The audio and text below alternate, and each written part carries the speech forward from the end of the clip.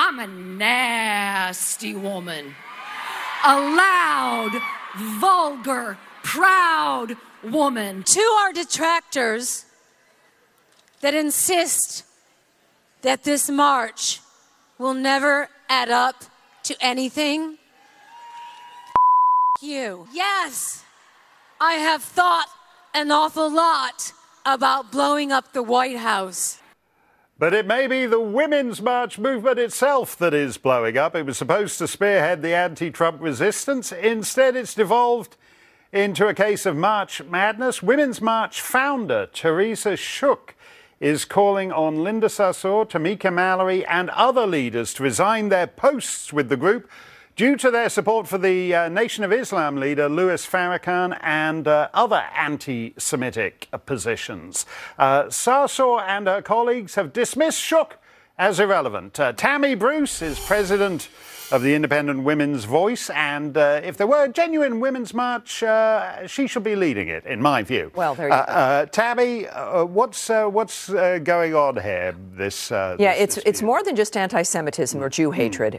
There's also a lot of apparently anti-gay sentiment that has arisen. Not unusual for the far left, of course. They're bigots, and that's the problem here. So it's also not unusual that this is happening at all, in that you've got the left traditionally does this. They co-opt important issues to a society that they're invading. They co-opt it and then they write it to death.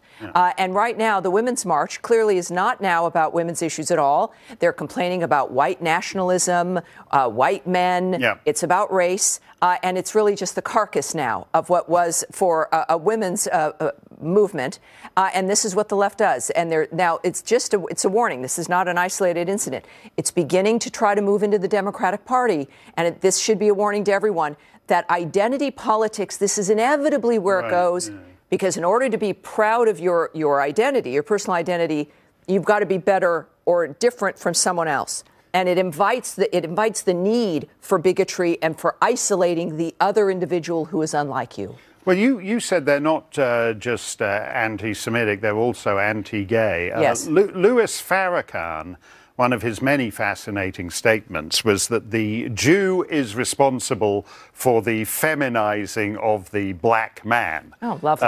Not that there's anything wrong with that, I don't think. But if there is, you don't want the Jews having a monopoly on it. I won't pretend to understand what he's getting at there. Linda Sarsour is a strong supporter of this. She's refused to back down. Correct. She's a great believer in Sharia, so there's no reason why she would have any particular interest in women's rights or gay rights or anybody else's rights. And likewise, Tamika Mallory is a big supporter. Well, this is a classic hijacking.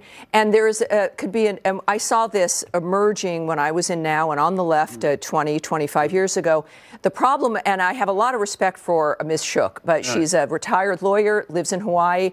The power of the internet. This started with a Facebook page, which is fabulous. I disagree with her on all of her issues that she's espoused on Facebook. But I have a lot of respect for her for saying this. She wants them all to resign, to step down, to try to save this movement.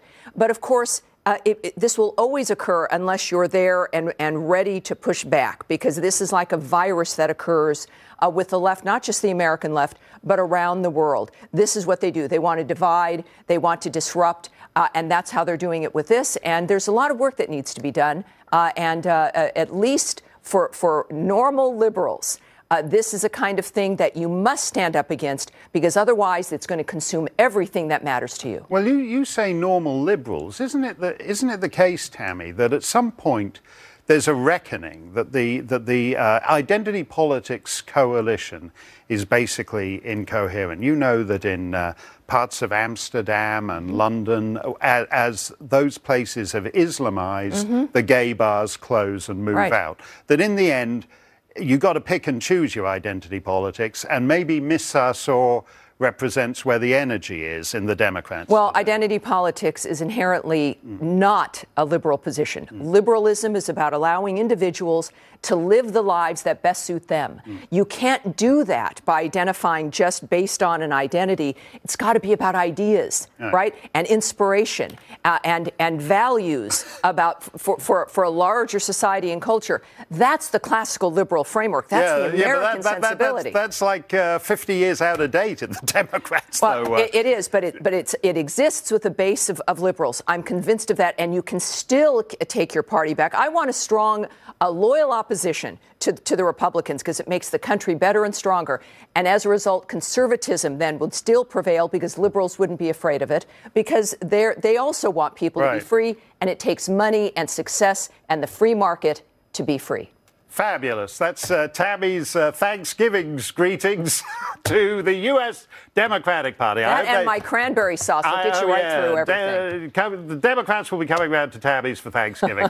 Tucker will be here after the break. He's going to talk to an Arizona sheriff about Mexico's role in the devastating heroin epidemic across America. That's next on Tucker Carlson Tonight.